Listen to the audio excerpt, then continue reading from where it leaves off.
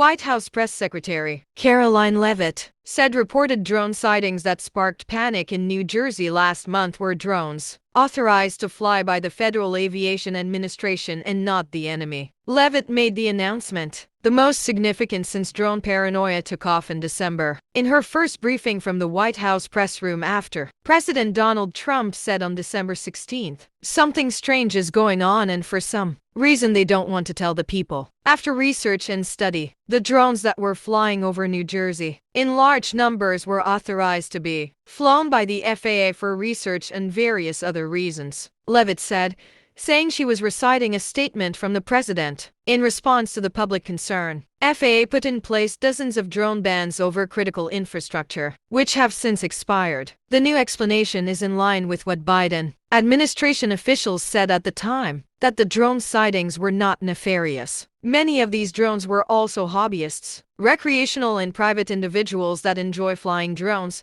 Leavitt said. In time, it got worse due to curiosity. This was not the enemy. Drone sightings were reported in at least 6 states: New Jersey, New York, Connecticut, Pennsylvania, Virginia, and Ohio, while arrests have been made in connection with drone operation near restricted areas in Massachusetts and California. The sightings began November 18th near Morris County, New Jersey, according to the FAA. The FBI and DHS had said they believe most of the drone sightings are cases of mistaken identity, with members of the public misidentifying small, legally operating manned aircraft as drones.